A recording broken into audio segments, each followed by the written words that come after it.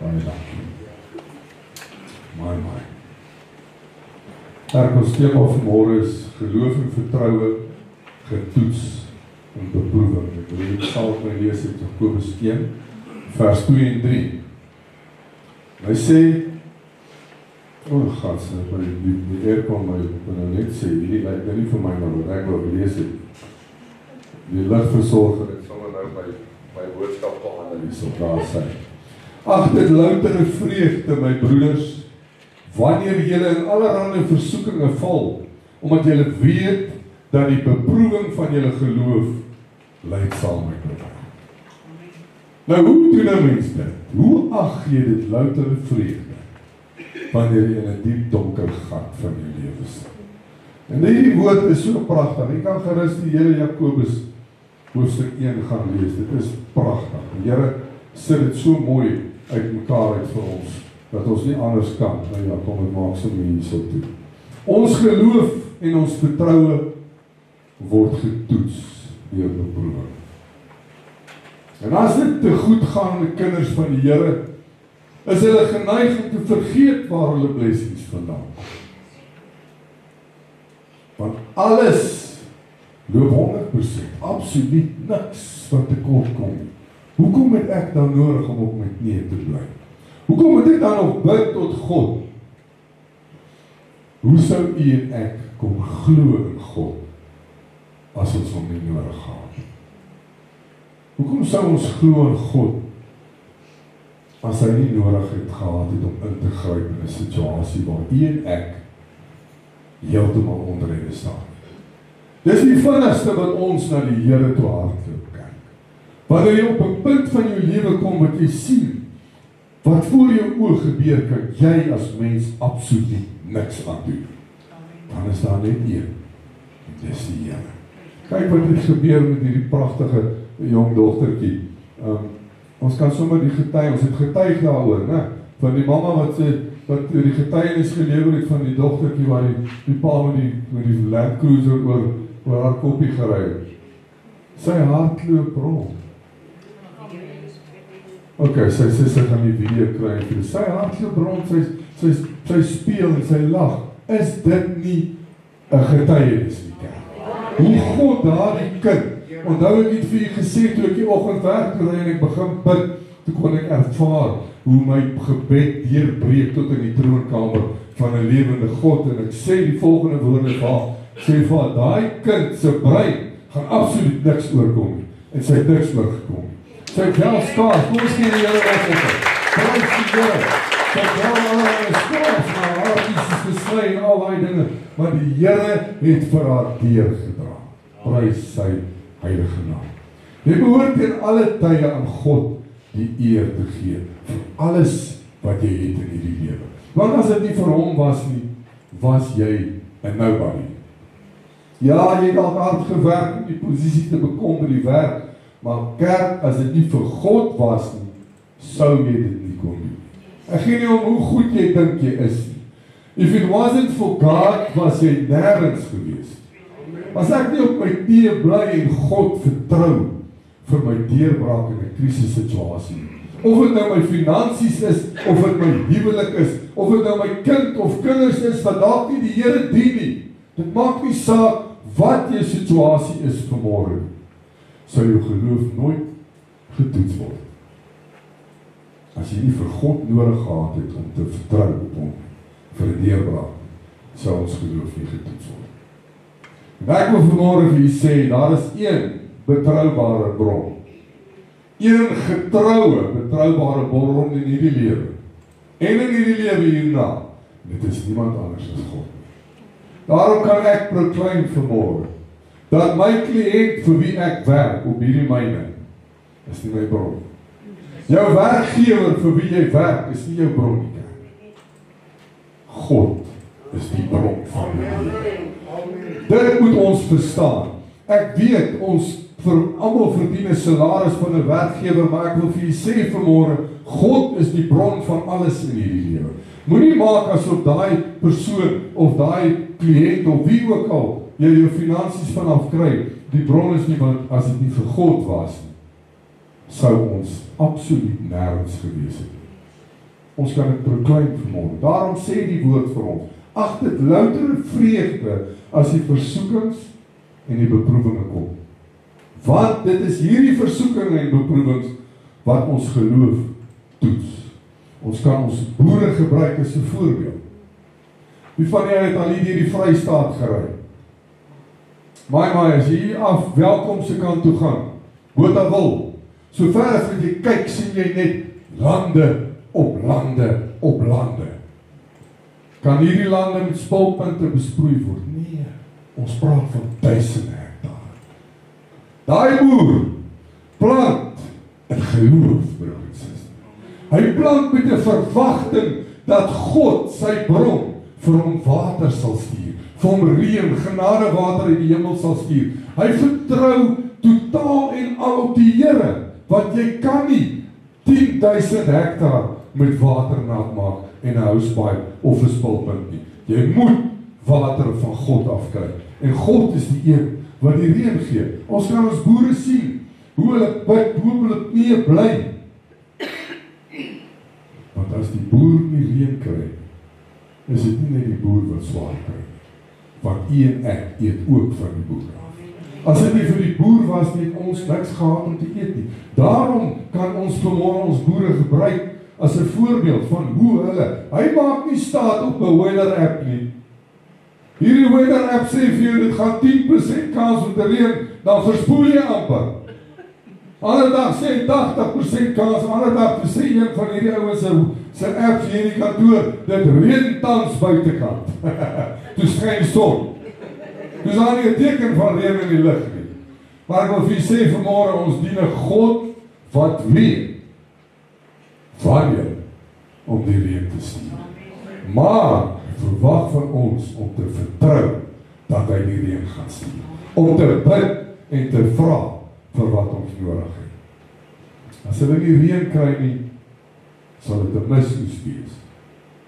Maar ek wil vanmorgen vir u sê, as jy God die bron van jou lewe maak en op hom vertrou, sal hy voorsien aan al jou behoeftes. Miskien nie op dieselfde dag as wat jy gehoop het nie, maar hy sal voorsien, solank jy bly vertrou op die Here. Dit, my broer en suster, is wat die Here van u en ek verwag. Plaas jou volle vertrou in die Here, en hy sal voorsien in jou behoeftes. Ek is vanmorgen 'n lewende getuie. Ek kan hierdie hele diens deur getuig oor God se getrouheid en voorsiening. Nie altyd op my tyd nie, maar op sy tyd. God kom deur vir ons. Ons moet dit net bly glo en dit bly verstaan dat dit op sy tyd is en nie op my tyd. Maar die mensdom is te vinnig om eerder self plannetjies te probeer maak. Is dit nie hoe ons is? Ons is so rapid en so vinnig om eerder gou te kyk. Hoorie, die Here vat nou te lank. Weet jy wat doen jy eintlik? Eintlik kom jy en jy sê vir God, klim af van die troon af, dat ek hier sal sit. Dis wat ons doen. Dit klink nou vreeslik, maar as jy vir die Here die stuurwiel gee, los die stuurwiel by God. Ons is so geneig om vinnig in te spring, sê Here, ja, ons gee vir die stuurwiel, en as dinge nie volgens my plan verloop nie, dan spring ek in, ek sê nie, wat ek die stuurwiel vat. Dis wanneer ons die grootste foute in ons lewe maak, want ons vertrou nie op die Here nie. En gewoonlik wanneer ons in die diepste donker tye van ons lewe is, dan begin ons hier met hierdie rapid, verskriklike besluite. Daarom kan ek vir u sê, vanmorgen moet nooit 'n drastiese besluit maak in die wintertyd van die lewe nie. Want is gewoonlik wanneer jy daai ou boompie wat jy in die jaar sien, wat geen blare aan het nie, wat jy mors dood lyk, jy vat die vurk en jy begin daai boom uithaal. Die oomblik wat jy hom uitgehaal het, dan sien jy hoe groen en vars is sy wortels in die grond is. Al wat verskil is, hy is in die wintertyd van sy lewe. Hy is in die donkerste tyd van sy lewe. Al wat jy moet doen is glo en vertrou. Los dit. Moenie in die wintertyd van jou lewe groot besluite maak in die kerk. Ek bemoedig nie vanmorgen daarmee. Moenie. Ons mense is te vinnig om plannetjies op ons eie te maak wanneer ons sien, die Here kom nie deur op my tyd nie. Die woord sê so duidelik vir ons, wag op die Here, want hy weet beter as wat ek en jy weet. Hy weet wat wag vanmôre. Ons weet nie. Hy weet. Hy sien verder as ek en jy. Hy weet presies wat ons nodig het en wanneer ons dit nodig het. Kyk maar net hoe die Here aan die Israeliete voorsien, dag vir dag. Hoekom dink u het God daagliks voorsien aan die Israeliete? Sodat hulle daagliks van hom kan vertel. Kan ek 'n amen kry? Daarom sê die Here, moet jy nie kom oor die dag van môre oor wat gaan eet en wat gaan jy laat trek. Kan ons dit glo vanmôre? Ons hoef nie. Wanneer laas het u en ek gebid vir 'n bord kos om vanaand te eet? Is enige iemand? Nee. Wat het jy nodig? Jy bid en jy sê, dankie Here vir die voedsel op die tafel. Ja, maar God voorsien daagliks. Soos wat hy vir die Israeliete daagliks vars manna gestuur het hy voorsien aan hulle water voorsien wanneer hulle water nodig gehad het. Hy het nie vir hulle voorsien vir die volgende jaar of vir die 40 jaar nie. Nee, dag vir dag het hulle op God vertrou vir 'n nuwe blessing. Dit is presies wat ons ook behoort te doen. Ons moet net ons totale vertroue in God kan soek en weet dat God is getrou. Maar soms is ons generasie van vandag net so ondankbaar soos die Israeliete. Hulle was dan verskriklik ondankbaar geweest. Ons is daagliks tevrede met niks. Jy kan nie 'n mens tevrede stel nie. Dan is dit te warm, dan is dit te koud. Dan reën dit te min, dan reën dit te veel. Goodness. 'n Mens kan nie tevrede gestel word. En 'n vrou nog min. Prys die Here. Nou kom ons kyk bietjie. Wat is beproewing volgens die Bybel? Beproewing, of 'n ander woord daarvoor is toetsing. Ek word getoets. Dis 'n proses waardeur God toelaat dat ons as gelowiges deur moeilike omstandighede, lyding of dalk versoekings gaan. Nie om hulle te vernietig nie, maar om hulle geloof, hulle karakter en gehoorsaamheid te suiwer en te versterk. Ek wil hê jy moet weet vanmôre, as jy beproef word, is dit nie omdat God jou lief het. God is besig om te werk in jou. God is besig om te bou in jou. God is besig om van jou 'n beter mens te maak. Met ander woorde, beproewing is tot ons voordeel. En ons gaan later sien, hoekom ek so sê. Moet dit nie sien as 'n straf of 'n nadeel vir jou in die lewe nie. Dis iets wat jou geloof versterk, jou karakter bou en jou gehoorsaamheid leer. Die Griekse betekenis vir die woord beproewing kom van die Griekse peirasmos, wat beteken toets of proef. Dit verwys nie altyd na een of ander sondeversoeking nie, maar dikwels na enige situasie wat die egtheid van jou geloof toets. Met ander woorde, as jy finansiëel tekort kom en jy vertrou op die Here vir die einde van die maand, en is vandag al die eerste, die Here het nog nie deurgekom vir jou. Nou hardloop 'n cashloan toe. Nee. Wag vir die Here. Los die cashloan. Moenie vir jouself begin 'n planne maak nie. As jy op God kan vertrou, vertrou op die Here. En ek wil hê jy moet weet, die Here ken jou hart. So dit help nie jy sê vir my, o, ek vertrou op die Here, maar hier agterbekkende rand stres jy jouself sodat jou hare begin uitval. Nee. Vertrou op die Here. Nou praat ek nie met die ouens wat nie hare het nie. Die is daarom nie van hulle hier. Almal van ons het hare. Prys die Here. Nou die Griekse betekenis is toets of beproef. As jy finansiëel tekort kom en die Here kom nie vir jou deur op die dag en die datum wat jy nog gehad het met die Here kom, word jy getoets. Jy word getoets, gaan ek bly vertrou dat die Here wel vir my 'n deurbraak gaan gee op sy tyd. Nie op my tyd. Of wat ek en u moet doen, is bly positief spreek. Dis sulke tye wat jy nie moet begin negatiewe dinge praat of negatiewe dinge dink nie. Die oomblik wat jy ervaar dat jy begin negatief dink oor hierdie saak, bestraf dit. Bid tot God en sê, Here, jy mag dit doen. Kom my ongeloof te help. Dis niets vir hom nie. Hy weet wanneer jy twyfel. Hy weet dit. Nou kom ons kyk 'n bietjie na die doel van hierdie beproewing. Beproewing is nie 'n doelloose ding. Dit het 'n geestelike doel en 'n goddelike bedoeling om kinders van God te help, sodat u en ek versterk kan word. Die eerste doel van beproewing is om ons geloof te suiwer. Net soos goud deur vuur gelouter word, word ons geloof deur beproewing suiwer gemaak. 1 Petrus 1 vers 7 sê, sodat die beproefdheid van julle geloof, wat baie kosbaarder is as goud, wat vergaan maar deur vuur gelouter word, bevind mag word tot lof en eer en heerlikheid by die openbaring van Jesus Christus. En as jy die verhaal kan onthou van die persoon wat by die goudsmid gaan sit het, ek het so paar maande terug gepraat daaroor, dis die vrou wat graag wou gesien het, hoe werk hierdie proses om silwer pure te kry, om silwer te louter. En die persoon het ingestem dat sy daar kan sit, en sy het net aan een kant gesit om te kyk hoe werk hierdie proses het. En hy het die hele proses begin en hy het hierdie ou bakkietjie met die silwer reg in die middel van die vuur. En hy sê vir haar, dis belangrik dat hy in die middel, op die warmste plek van die vuur, neergesit word, om sy puurste silwer te kan uitkry.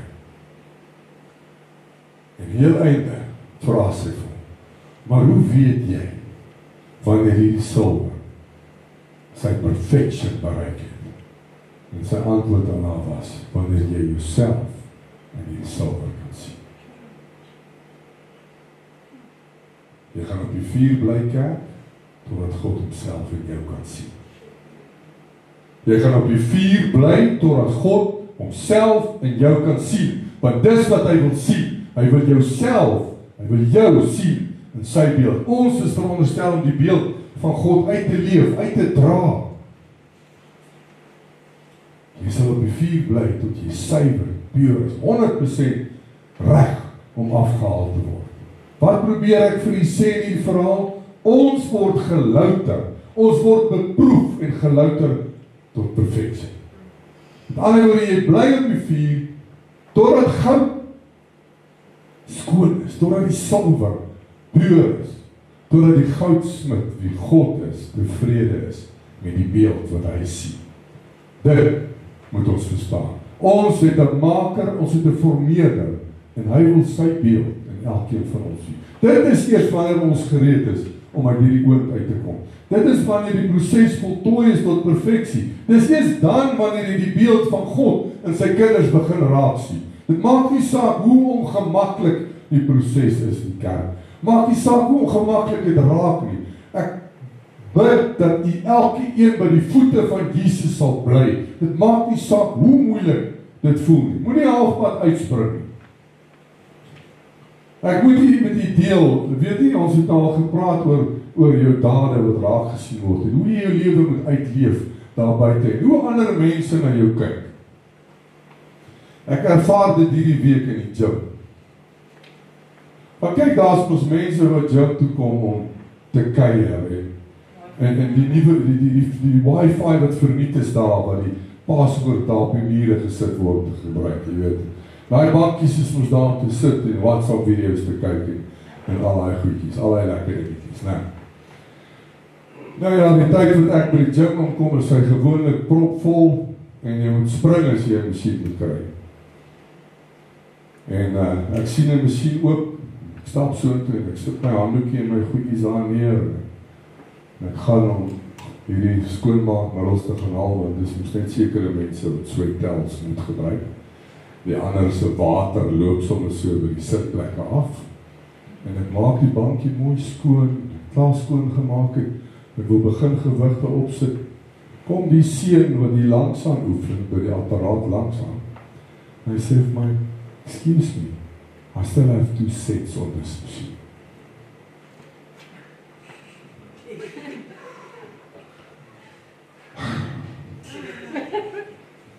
En ek kyk vir hom en ek sê vir hom, oh, is that so? So you want to train on all the machines in the gym now, and I must wait for you. En ek draai om en ek loop, voordat ek verder praat. En ek vat my handdoekie, en ek gaan soek vir my ander machine. Nou is ek klaar gefrustreerd, en ek is hier weg, en ek begin nou maar daar. En ek haal toe nou al die woede uit, wat ek gehad het aan myself, gelukkig. Maar dit is ook om het gym, so by the way. net dat ek nie iets doen wat ek nie moet doen. Nee, daar haal ek my frustrasies uit, maar in elk geval ek speel sommer. Maar in elk geval, wat ek eintlik vir julle wil sê is, ons is amper klaar deur die hele program toe nou, nooit toe na daai masjien toe gegaan nie, ons het ander masjiene gedoen en ek kom daar op die laaste masjien waar ons oefen. En hier kom 'n ou na my toe gestap. Ek sê, oom, moet nie so kwaai wees nie. Waarvan praat hier nou? Ek sê, hoe bedoel jy nou? Ek sê, nee, ek sien mos. Op sy vraag, so nou moet ek wag. Min het ek geweet, dat daai ou staan en kyk hoe ek gaan reageer in hierdie situasie. Ek het nie eens 'n gedagte gehad van hom. Daarom kan ek vanmôre vir u sê, kerk, die wêreld kyk na ons as kinders van God. Of hy die beeld van God gaan sien, of hy die beeld van die wêreld gaan sien. Ek kon het totaal al anders opgetree. Ek kon erger gewees het, of ek kon minder ongeduldig of ongeskik gewees. Wat partymal baie moeilik is, moet ek sê, veral in 'n plek soos daai. Maar, dit is wat ons moet onthou. Dit is wat ons moet uitleef. Ons kan nie vanmôre hier staan en sê, ek leef die beeld van Christus uit. Maar ek doen dit nie. My dade wys dit nie. Hy wys dit nie. Nou, jy moet my kant van die storie ook daaraan verstaan. Dis twee verskillende masjiene, jy oefen nie daai twee spiere op een slag. Dit moet nie so wees nie, maar in elk geval, dit is maar daar gelaat. Die tweede doel is om te volhard en te ontwikkel. Beproewing bring volharding. 'n Vaste geloof wat nie maklik wankel nie. Met ander woorde, as jy kan volhard in jou beproewing, bou jy 'n vaste geloof in God. Jou geloof is sterk en dit wankel nie. Jy bly glo dat die Here jou deur hierdie beproewing sal lei en jy glo met jou hele hart in die getrouheid van God en sy woord. Daarom sê ons teks van oordeenking vanmôre vir ons in die boek van Jakobus: ag, dit loutere vreugde, my broeders, wanneer julle allerlei versoeke val, omdat julle weet dat die beproewing van julle geloof lydsaamheid bewerk.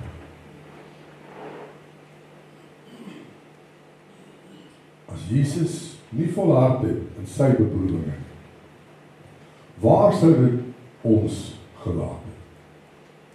Volharding beteken, dit maak nie saak wat ek deurgaan. Ek sal vashou en ek sal deurdruk. Maak nie saak wat nie. En ek sal volbring. Alles tot op in die einde. Tot en met ek hierdie beproewing deurkom, sal ek bly glo in my God. Wie weet vanmôre, hierdie beproewinge bly nie vir altyd. Dit bly nie vir altyd. Dis 'n proses en ons gaan daardeur. Ons kom daardeur. Ek sal aanhou vashou die een wat my nooit sal teleerstel. En sy naam is Jesus Christus. Commit yourself to God. Ons kan commit teenoor mense. Ons kan commit teenoor mekaar, maar as dit by God kom, dan is ons soos golwe in die see wat deur die wind heen en weer gewaai. Die derde doel van beproewing is om vir ons gehoorsaamheid te leer. Selfs Jesus het, hoewel hy sondeloos was, deur lyding gehoorsaamheid geleer. En as Jesus deur sy lyding gehoorsaamheid moes leer, hoeveel te meer moet u en ek nie gehoorsaamheid leer deur lyding en beproewinge en versoekinge en omstandighede en situasies. Daarom sê ek altyd vir u, sê eerder vir die Here, vra vir die Here, Here, wat wil u my leer in hierdie situasie? Daar is iets te leer, kerk. Ek wil vir u sê vanmôre, bad things happen to good people. Moenie dink omdat jy 'n kind van God is, jy is gevrywaar van storms in die lewe, of jy is gevrywaar van probleme in die lewe. Enigiets kan net so drasties verander. Weet nie of jy gehoor het van hierdie mense hier op die hoek, hier reg oorkant ons nie, wat sy klein seentjie, 5 jaar oud, in die swembad geval het en verdrink het, laasweek Sondag, is dit? Kan jy sien hoe vinnig jou lewe kan verander. En nie een van ons is gevrywaar daarvan. Dit kan met enige een van ons gebeur. Dit ruk jou hart uit. En dan is dit die tyd wat ons begin verwyte gooi. Dan is dit die tyd waar die man die vrou beskuldig en die vrou die man beskuldig. En later beskuldig ons die Here. Maar Here, waar was U gewees? Ek wil vir U sê, ons lewe kan in 'n oomblik drasties en radikaal verander. As jy op 'n plek van jou lewe kom, waar jy gehoorsaam is aan God se woord, ag gee op sy woord, deur te doen wat God van jou verwag, sal jy sien hoe wonderbaarlik God voorsien. Nie net aan wat jy behoefte het nie, sommer aan dinge wat jy nie eens gedink het, God gaan voorsien aan jou. God is so getrou in elke belofte, elke voorwaarde wat opgeskryf staan in die woord. Maar ons moet gehoorsaam wees aan elke voorwaarde. God voorsien aan al ons behoeftes. Hebreërs 5 vers 8 sê, hy, al was hy die seun, het gehoorsaamheid geleer uit wat hy gelei het. Nou die vierde doel van hierdie beproewing is om jou karakter te vorm. Beproewing breek trots so 'n bietjie af, waarmee ons soms rondloop. Dit bring nederigheid en vorm 'n Christus gelyke karakter. Die woord leer vir ons in Jakobus dat beproewing van ons geloof lydsaamheid bewerk. Maar die lydsaamheid tot volle verwerkliking moet kom, sodat ons volmaak en sonder gebrek kan wees. En dan gaan hy verder en hy sê, en niks kort kom nie. Niks kort kom nie. Dit bou ons karakter, dit maak ons sterker. Al voel dit nie soms so, wanneer jy in hierdie situasie sit, dat dit jou sterker maak. Dit voel of dit jou breek. Ek wil vir jy sê vanmôre, jy word getoets, jy word gelouter, jy word sterker gemaak. Jou karakter is besig om te bou in tye soos daar. Volhard. En die eindproduk is die beeld van God. En daar is niks beter of niks mooier as dit. Romeine 5 vers 3 tot 4 sê, en nie alleen dit nie, maar ons roem ook in die verdrukkinge, omdat ons weet dat die verdrukking lydsaamheid bewerk, en die lydsaamheid beproefdheid, en die beproefdheid hoop. Kerk, of jy sê vanmôre, maak nie saak hoe moeilik dinge lyk of voel nie. Weet vanmôre, jy is nooit alleen. Die Here sal jou nooit alleen los nie. Die Here sal jou nooit beproef, boeke dit wat jy kan hanteer. Nooit. Met ander woorde, hy sal niks op jou pad stuur wat jy as mens nie kan hanteer. Daarom kan ons vanmôre sê dat elke een van ons met sy eie storie op te vertel. Dit wat ek deurgegaan het, sou jy dalk nie kon hanteer nie. Dit wat jy deurgegaan het, sou ek dalk nie kon hanteer. Maar die Here weet waarmee kan hy elke een van ons deur 'n beproewing laat gaan. Daarom gaan ons nie almal in dieselfde omstandighede. Alhoewel sommige van ons omstandighede deur ons eie doen en late is. Dinge wat ons toegelaat het in ons lewens, wat ons in 'n posisie geplaas het waar ons nie wil wees nie. Maar nou is ek daar. Kom ons kyk 'n bietjie na die bron van beproewing. Nie alle beproewinge kom uit dieselfde bron. Die Bybel onderskei dit duidelik. God laat beproewing toe om ons te toets. Met ander woorde, God toets sy kinders se harte, maar hy versoek niemand om te sondig. Sonde versoeking kom van die vyand af, nie van God af. Maar ons moet ook nou nie die duiwel die skuld gee vir alles in die lewe. Jy het 'n gesonde verstand gekry en die Heilige Gees gekry om jou te lei en jou te help. En jy weet wat is die regte ding om te doen en neem die regte besluit. Want die kry ons daardie ou wat sê, dis die duiwel se skuld dat ek nou weer gisteraan dronk by die huis aangekom. Dis die duiwel se skuld dat ek gisteraand by die buurvrou gaan slaap het.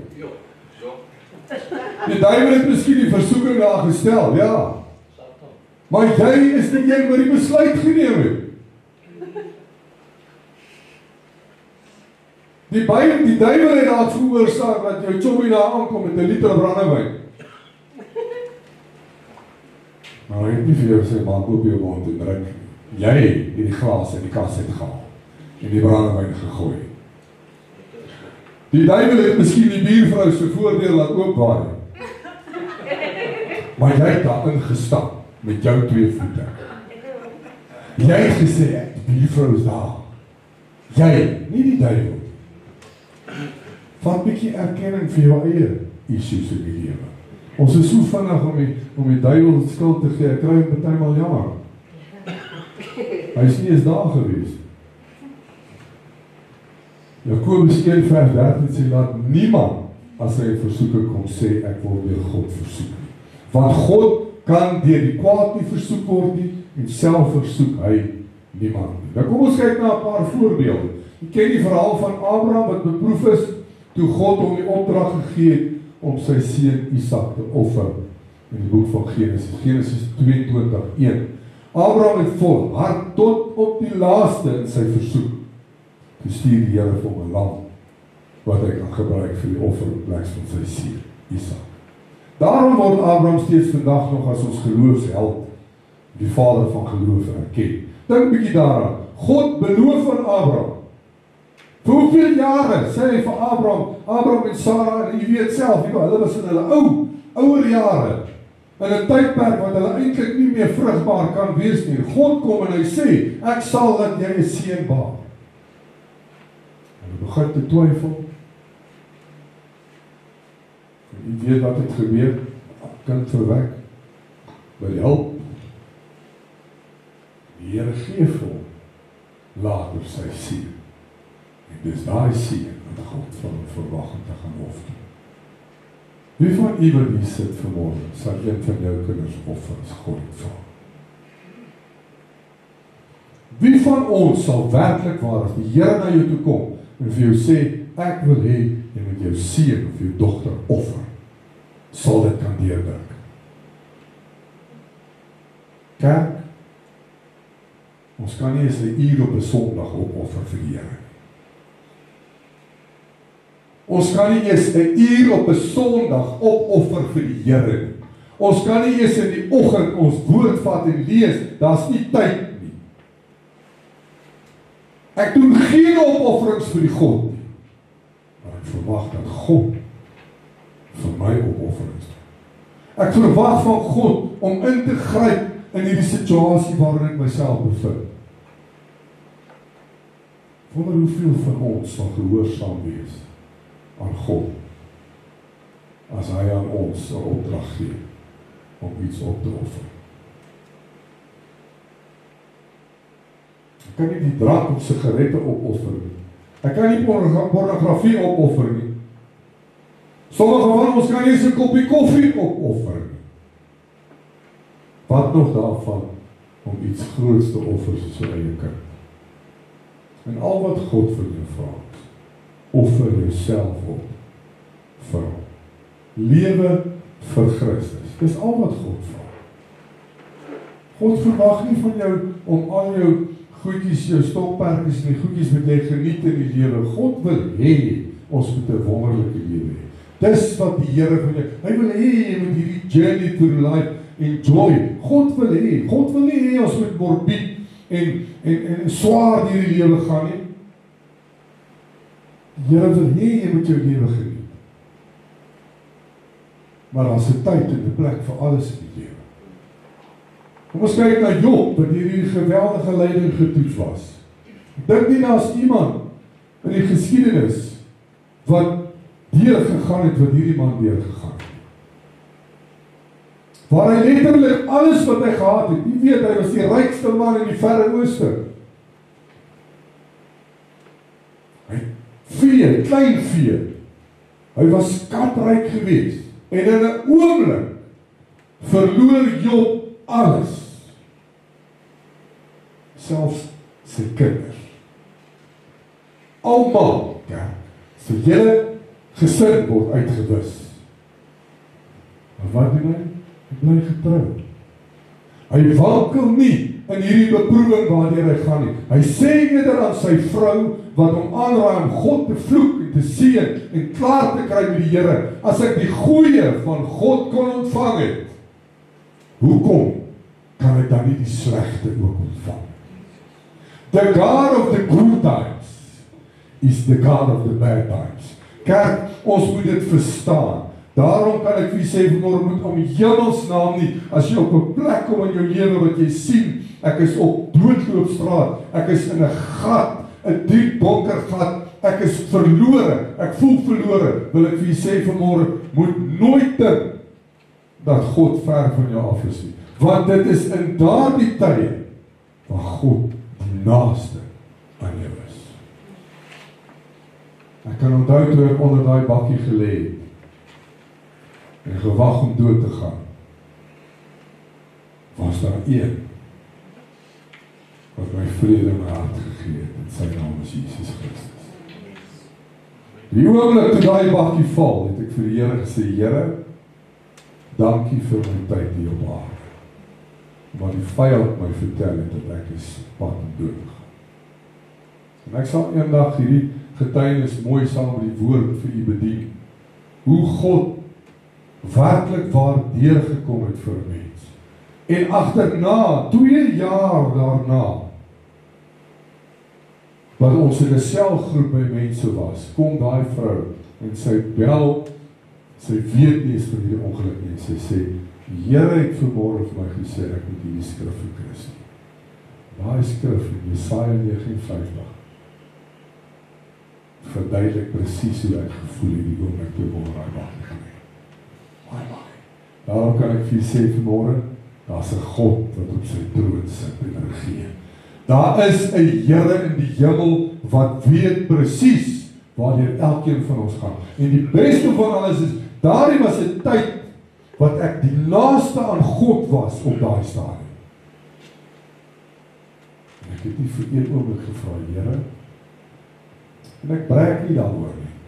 Ek voel goed in my hart, dat ek vir een oomblik, die oomblik toe hierdie dinge met my gebeur, het ek nie vir een oomblik vir die Here gevra, maar hoekom? Ek onthou dit soos gister, my eerste woorde was, dankie Here vir my tyd op aarde. En ek het met opgewondenheid in my hart gesit, wanneer gaan ek my Jesus ontmoet? Bad things happens to good people. Die vyand sal altyd probeer. Hy sal altyd probeer om jou lewe te verwoes. Om dit wat jou gelukkig maak, dit wat jou vrede gee, van jou af weg te ruk. Dis sy werk. Hoekom? Want hy wil hê jy moet twyfel in God se getrouheid. Maar die oomblik as hy daai saadjie van twyfel in jou hart kan plaas, sê die woord verder in Jakobus, jy sal niks van God ontvang. Ja, hoor jy wat ek sê vanmorgen? As jy twyfel in die Here, moet nie van hom enige iets verwag. Daarom moet ons deur hierdie beproewinge gaan, en hierdie dinge maak vir ons sterker, maak vir ons beter mense. Hy sê vir sy vrou, as ek die goeie van God kon ontvang, ek kom dan nie die slegte. Hier kom die Satan en sy doel met hierdie beproewing is om twyfel, moedeloosheid en ongehoorsaamheid te bring. As dinge swaar begin gaan, dan begin ek twyfel. Ek wonder of God ooit luister na my gebed. Hoekom moet hierdie dinge met my gebeur?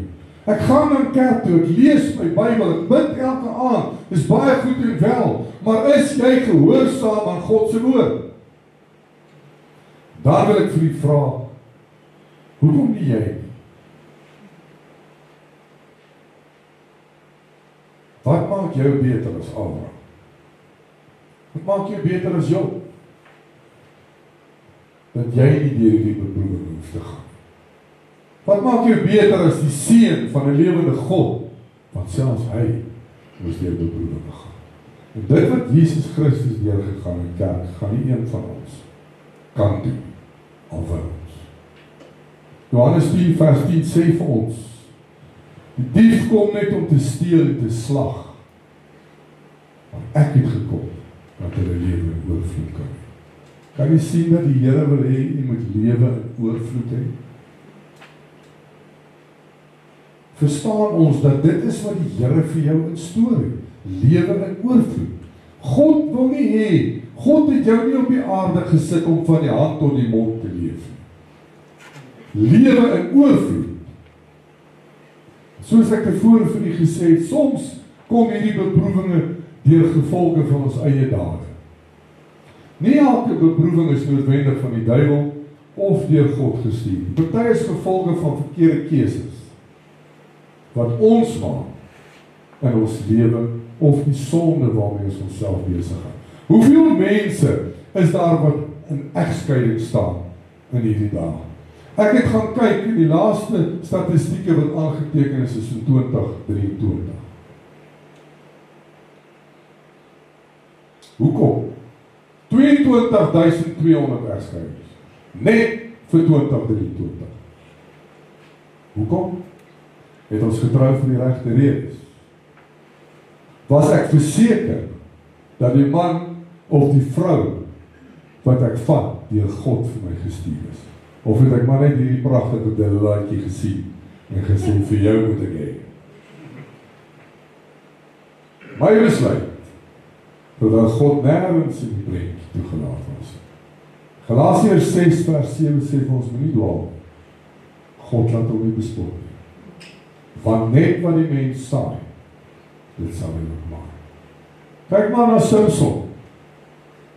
Toe Samson sy oë op Delila sit en kyk, sy was beautiful. Moenie 'n fout maak. Maar die oomblik toe hy sy oë op Delila sit, is dit alwaar hy kon dink. Hoekom? Want die vyand het geweet.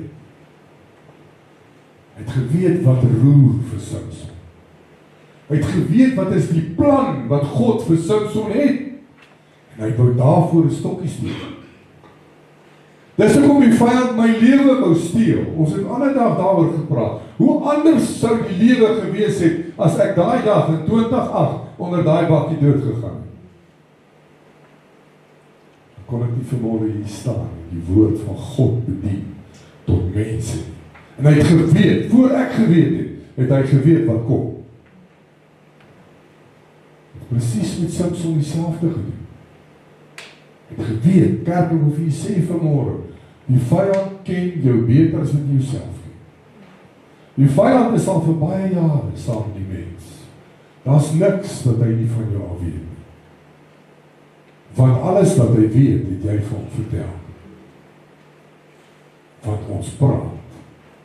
En ek sê vir jou, as daar nou een ding is wat my nie 'n lam maak, is dit nou 'n blonde tannie. En ek sê dit, né? En hy weet, glo vir my, hy sal haar stuur. Soos wat hy vir Delila gestuur het na Samson, sal hy haar stuur, want hy weet, hierdie is sy swakpunt. Dit is presies wat met Samson gebeur. Het sy het aangehou en aangehou, soos wat net 'n vrou kan aanhou. En aanhou en aangehou en aangehou, tot hy vir haar vertel het, wat is die geheim.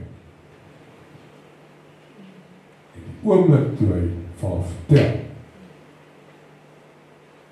knip sy hierdie krag, hierdie bonatuurlike krag wat Samson van God gekry het, waarvan 'n voorwaarde gegee het, dat hy sy hare mag sny.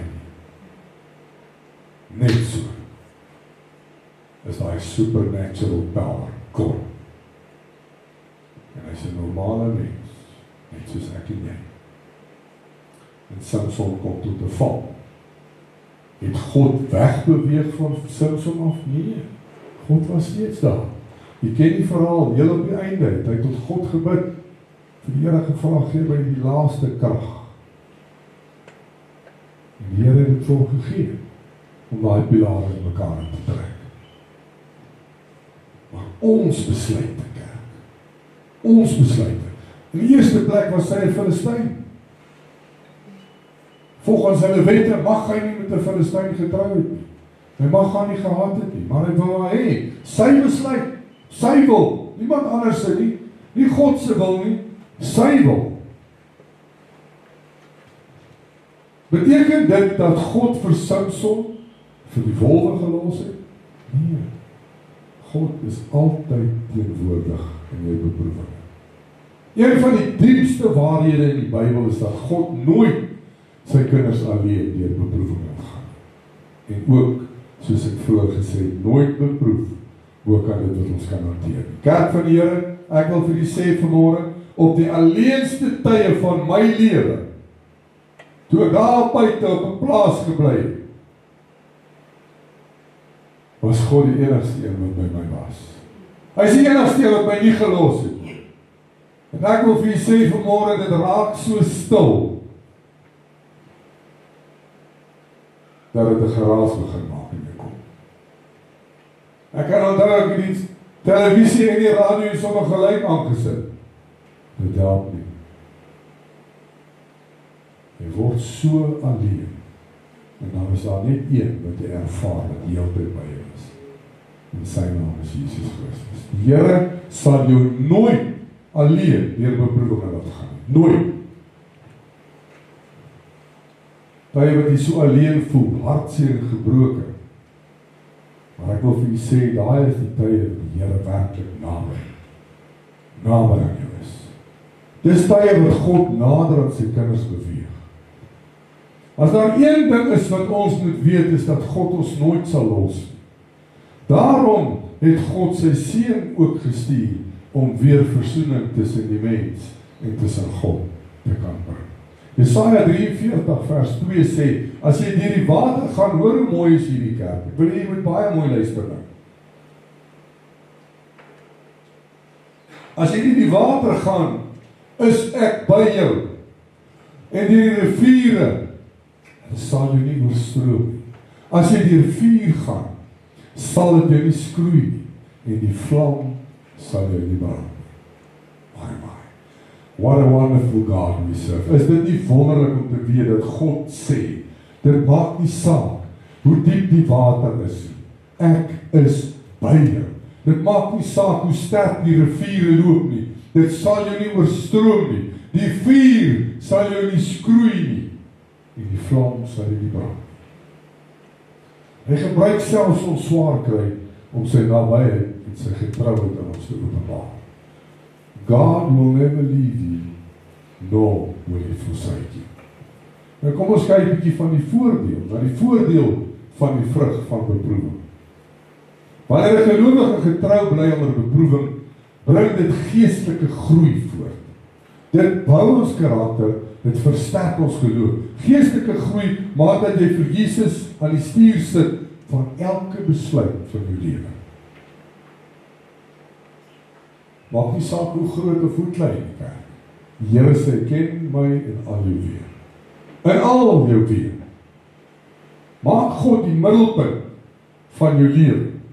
Moenie 'n besluit maak in hierdie lewe sonder om God te raadpleeg. Maak nie saak dat jy op 'n plek in jou lewe gekom het waar jy kan sê, jy moet op 'n plek in jou lewe kom waar jy kan sê, nie my wil nie, Here, U wil. Nie my wil nie, Here, U wil. Al bid en begeer ek iets in my lewe, kerk, nog steeds moet ek sê, Here, as dit U wil is, laat dit so wees. Nie my wil nie, maar U wil. Ons moet steeds ook vrede kan maak daarmee, as God dit terughou van jou. Dit is iets waarmee ons verskriklik sukkel. Om vrede te maak met God se besluite. Onthou jy as jy 'n voertuig op die vloer gesien het waarvoor jy aansoek doen. Nou praat ek met die manne en kyk, ons beweeg die raai klas van goed. Die vrouens is daar in die kombuis en hang goedjies op en plak die bure vol. Ons huis daar in die dorp, dan kyk, as jy al daai skroefies uithaal uit die mure, dan val die huis in mekaar. Daar hang goedjies daar so die fondasie, hoop ek het hulle sterk genoeg gebou om die huis 2 keer te kan dra. Want hy is al 2 keer swaarder as wat hy was. Maar in elk geval, dan bid jy tot God en jy sê, Here, ag my hart, begeer hierdie kar, Here asseblief, help my dat ek die eienaar van hierdie voertuig kan word. Maar die gebed moet nie daar stop. Verder moet ek bid, Here, maar as dit nie U wil is, as hierdie nie vir my beskore is, Here, moet asseblief nie laat dit gebeur. Wie bid so? Dis wat ons moet doen, kan. Dis nie lekker nie, dis nie maklik nie, want jy wil iets hê. Ek het dit al vir jy vertel, maar hy mannetjie toe hy klein was, jonger was. Kyk, ek moet nou al 'n mond vir julle sê. En ek het vanoggend gesê, die lelikste op hulle maak die mooiste jong kan. Maar ek het 'n pragtige seun. En die girls is mal oor hom. Nou, dan kom hulle my sê, pa, yes, ek like hierdie girl kwaai. Ek sê, nou bid, dat die Here die girl vir jou gee. Ek sê vir my, maar wat as die Here al nie vir my wil gee? Ek sê, nou bid jy, en sê, dan maak jy vrede, en sê, Here, as dit nie vir my beskore is nie, dan wil ek aan nie. Hy kyk my so, hy sê, ek kan ons nie dit bid nie. Hy sê, nou is dit so. Ag gee ek Here nou toestemming dat hy al nie vir my gee nie, ek wil dat so graag hê. Dit is hoe ons moet wees, kerk. Ons moet vertrou dat God vir jou net die beste wil hê. Jou beste wat jy in die oog het, is dalk vir jou die beste. Maar God weet dat daar iets daarvoor is wat nie nou vir jou beskoor is nie. Ek is dalk nie reg daarvoor op hierdie oomblik. Dan moet ek vrede maak daarmee. Vrede maak met God se getrouheid en God se goedheid en weet dat die Here my nooit alleen sal los. Dit skep vir ons 'n rein geloof. Met ander woorde, beproewing skep 'n geloof wat nie net voorspoed vir ons inhou nie, maar ook deur stormtye wat vasstaan. Met ander woorde, ek wankel nie in my geloof as die storm kom nie. Ek begin nie twyfel in God as dinge nie verloop soos wat ek wil gehad het dit verloop. My geloof is vas. Kom wat wil, ek weet in my hart, die Here is met my en alles sal uitwerk soos dit moet. En ek sê weer, dalk nie soos wat ek het wil hê nie, maar soos God het wil hê vir my. God is nie net teenwoordig as dit goed gaan met ons. Hy is ook teenwoordig as dit vrot gaan met ons in die lewe. Inteendeel, hy is baie nader wanneer jy in die diepste donkerste tye van die lewe is. Beproewing bring ook geestelike volwassenheid. En geestelike volwassenheid beteken om in geloof, karakter en gehoorsaamheid te kan groei na die volmaakte beeld van Christus. Dit is nie net kennis van woord nie, maar die praktiese uitleef daarvan in liefde, nederigheid en volharding. Die kenmerke van 'n geestelike volwasse gelowige is vaste geloof, vertroue in God selfs in beproewing en twyfel nie maklik nie. 'n Geestelike onderskeiding kan waarheid van misleiding onderskei. Selfbeheersing en nederigheid reageer met wysheid, nie emosie. Liefde en diensbaarheid plaas ander bo selfbelang. Volharding en gehoorsaamheid bly getrou aan God se woord en aan sy wil, ongeag die omstandighede in my lewe. Jakobus 1 vers 4 sê, maar die lydsaamheid moet tot volle verwerkliking kom, sodat julle volmaak sonder gebrek kan wees en niks kort kom. Ons ontvang die kroon van die lewe. God beloof 'n ewige beloning vir die wat getrou is in beproewing. Kerk, al word die beproef van vandag af tot en met die dag wat Jesus terugkom om ons te kom haal, is die tydperk op aarde 'n bitter klein persentasie van jou lewe. Daarom bemoedig ek jy vanmôre, hou vas. Hierdie is net tydelik. Die lewe hierna is waarna toe ons moet streef. Dis waarna toe ons moet werk. Volhard in jou beproewinge, sodat jy die kroon van die ewigheid kan ontvang wat God vir ons beloof om saam met Jesus in ewigheid in te gaan. Jakobus 1:12 sê, salig is die man wat versoeking verdra, want as hy die toets deurstaan, sal hy die kroon van die lewe ontvang, wat die Here beloof het aan die wat hom liefhet. En dan kom die vraag, hoe moet ek as gelowige reageer op beproewing? Nommer 1, geloof. Nommer 2 is vertrou. Vertrou jy dat God die volle prentjie sien en dat hy alles ten goede sal laat meewerk. Romeine 8:28 sê, en ons weet dat vir hulle wat God liefhet, alles ten goede meewerk, vir hulle wat na sy voorneme geroep is. Met gebed, beproewing moet ons na God toe dryf. Beproewing behoort jou nader aan God te bring, nie verder van God af te laat sweef nie. Behoort jou nader te bring. Moenie begin twyfel in God se getrouheid en begin afdwaal van hom af as die beproewing kom nie. Hou vas aan God, want as hy sal deurkom vir jou. As God sê hy kom deur vir jou, sal hy deurkom vir jou, op sy tyd. Hy weet presies wanneer ons wat nodig het. Filippense 4:6 sê, wees oor niks besorg, maar laat julle begeertes alles deur gebed en smeking met danksegging bekend word by God. Met blydskap en dankbaarheid, nie omdat beproewing lekker is nie, maar omdat dit iets goeds in elkeen van ons voorbring. En alles dank ek God, sê 1 Tessalonisense 5:18. Ons doen dit met vasberadenheid om te staan, selfs wanneer alles in hierdie lewe teen jou draai, en dit voel of jy alleen staan in hierdie lewe, om op God te vertrou, ongeag hoe erg die storm woed om jou, en te weet dat hy jou nooit sal los. Hy sal jou nooit begewe of ooit verlaat. 1 Korintiërs 15:58 sê, daarom, my geliefde broeders, wees standvastig, onbeweeglik, altyd oorvloedig in die werk van die Here, omdat julle weet dat julle arbeid in die Here nie te vergeefs is. Baie. Ek wil afsluit met die volgende, en ek wil dit by u los vanmôre. Moet nooit dink dat beproewing 'n teken is dat God jou verlaat het. Dit is dikwels die plek waar hy jou die diepste vorm. En dis ook in tye soos hierdie, waar God baie nader aan jou is, as wat hy gewoonlik is.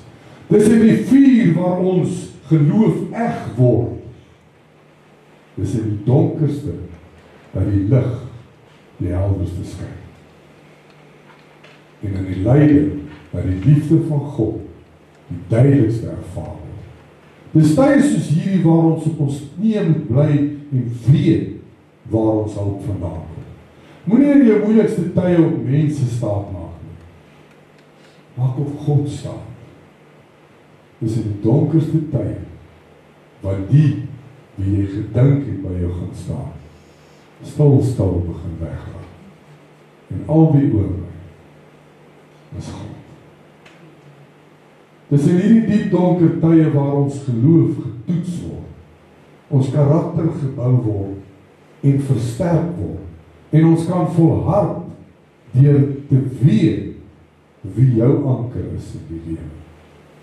En dit behoort niemand anders as Jesus Christus te wees. Kerk van Here, moenie wag tot die storm kom. Moenie wag tot jou lewe in skerwe lê, voordat jy op God begin vertrou. Begin vandag volle vertroue in God te hê. Dit maak nie saak wat in jou lewe gebeur. Ek is seker elkeen van ons kan vanmôre getuig en 'n boek deel skryf van dinge wat ons in hierdie lewe deurgemaak het. Moeilike tye. Tye wat jy as jy vandag staan en terugkyk en terugdink daaraan, dat jy self wonder, hoe het ek dit gemaak? Hoe het ek hier deurgekom? Maar die oomblik wat jy in daai storm is, ervaar jy die eensaamheid in jou hart en dit voel vir jou of jy stoksiel alleen is. Die enigste een wat by jou staan is God. After all is hy die enigste een wat jou deur hierdie kan bring. Mense gaan jou nie daardeur kan bring. Mense kan jou 'n tap op die skouer gee. Daarom sê ek altyd, as iemand aan die dood afgestaan het, wat sê jy vir so 'n persoon om hom beter te laat voel? Niks. Om vir hom te sê, ek is jammer om te hoor, maak dit eintlik nog erger. Stem jy saam met my? Al wat ons kan doen is bid, Here, U is die vertrooster. U is die enigste, op 'n tyd soos daai, 'n tyd in hierdie mense se lewe, toe hulle seentjie dood verklaar is daar net een wat vertroosting kan bring, dit is God. Dit maak nie saak wat jy sê, of wat jy doen as mens. Dit is seker die moeilikste tyd in 'n pastoor se lewe, is wanneer hy gebel word met so iets, en hulle sê, kom asseblief uit huis toe, en die vraag word gevra, maar hoekom het die Here hierdie kind van my weggevat? Wat antwoord jy? Want jy weet nie. Al wat jy kan doen is bid, sê Here, bid vir genade, bid dat daar nie verwyte sal kom nie, bid dat hulle steeds sal vashou aan die Here, en dis die moeilikste tyd in 'n mens se lewe. Maar as jy terugkyk, wil ek vir jou sê, dis net God wat jou deurgedaan. In elke situasie waarin ons onsself bevind, dit maak nie saak wat dit is nie, kerk. Weet vanmôre, dis God wat jou gedaan. Niemand anders. Geen mens, ons kan mekaar in gebed dra, maar God is die een wat by jou kom stil staan. Hy is die een wat vir jou 'n weg maak. God will make a way where there seems to be no way. Ek sluit af met die volgende vers, 1 Petrus 5 vers 10. En mag die God van alle genade self, wat ons geroep het tot sy ewige heerlikheid in Christus Jesus, nadat ons 'n kort tyd gelei, julle volmaak, bevestig, versterk en grondves. Kom ons sluit die oop. Vader Here, ons ken nie mekaar se omstandighede nie. Ons weet nie van alles nie. En as ons nie weet van alles nie, sal ons nie alles verstaan. Maar wat ek weet vanmôre, dat ek weet, is dat ek aanbid 'n God van liefde. 'n God wat sy woord vir my sê, en 'n God waarvoor ek kan getuig as 'n lewende getuie, dat die Here my nooit alleen gelos het. En ek wil vanmôre bid, Here, vir elke een van ons. Maak nie saak die omstandighede waarin jy jouself bevind nie, of dit nou groot is of dit klein is. Wil ek elkeen bemoedig vanmôre, die Gees van God, om vas te hou in die Here, om getrou te bly aan God en aan sy woord, en te weet dat ek sterker hier aan die kant gaan uitkom. Dat ek nie swakker gaan uitkom nie, ek gaan sterker in my geloof wees. Ek is besig om karakter te bou, want God is aan my sy. Vader, ek dank U vanmôre dat ons vanmôre kan weet dat U ons nooit alleen sal los.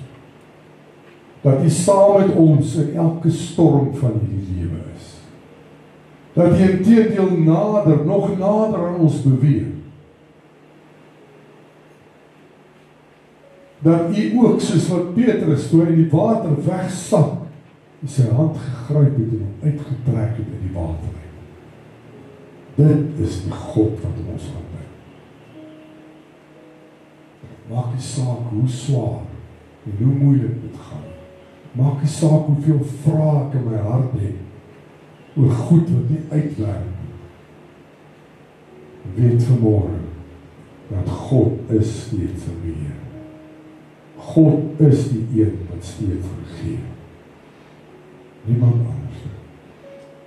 En ek bid vanmôre, Here, vir elkeen van ons, wat op 'n plek is waar ons nie weet hoe ons daar gaan uitkom. Dit maak nie saak of dit finansies is, of dit verhoudinge is, of is dit 'n verlede, of wat is dit nie. Ek bid vanmôre, Here, dat U by elkeen sal stilstaan. Ek bid, Vader, dat U hierdie storm sal aanspreek, soos wat U die see aangespreek. En dat U ons sal help, dat ons sal verstaan, om deur beproewinge te gaan, beteken nie God het my gelos. Net soos wat 'n pot deur 'n pottebakker gevorm word, so is hy besig om elkeen van ons te vorm. Soos hierdie silwer op hierdie vuur gelouter word, so is hy besig om ons elkeen na die beeld van God te louter. En ons weet, Here, dis nie altyd maklik nie, dis moeilik. Party van ons is dit makliker, maar vir party is dit moeilik. Ek bid, Here, dat ons sal bly vashou. Ons sal bly vashou in die Here. Dat ons sal weet dat die enigste anker in hierdie lewe wat nooit sal weggaan is Jesus Christus. Dankie, Here. Dankie dat ons dit weet. Dankie dat ons aan U die eer kan gee daarvoor vanmôre. Ek bid, Here, dat U elkeen van ons sal versterk. Dat U ons sal help, Here, dat ons geen twyfel in ons harte sal kry. Ek bid teen dit, Jesus naam, dat ons sal volhard in ons geloof, in ons karakter, in ons gehoorsaamheid teenoor God. En dat ons sal weet, Here, dat U ons nooit, maar nooit alleen sal los. Ek dank U, ek loof U en ek prys U daarvoor. En ek wil bid, Here, dat U elkeen van ons sal bless vanmôre, Vader. Seën ons, Here, dat ons hierdie woord in ons harte sal berg. Dat ons sal weet vanmôre, ons het 'n God wat met ons is, wat by ons is, elke oomblik van die dag, elke oomblik van die dag. Mag die Gees die naprediker wees van die woord vanmôre, en dat ons hier sal uitstap en sal weet, ongeag my omstandighede, ek is nie alleen, U is met my. En dat ek ook sal weet, Here, dat U 'n plan het, dat U 'n doel het met my lewe. Dat ek nie sommer net op die aarde neergesit is nie. Ek het 'n doel vanmôre. Ek het 'n doel om deur hierdie lewe te gaan. Help ons dan, Here, dat ons sal verstaan.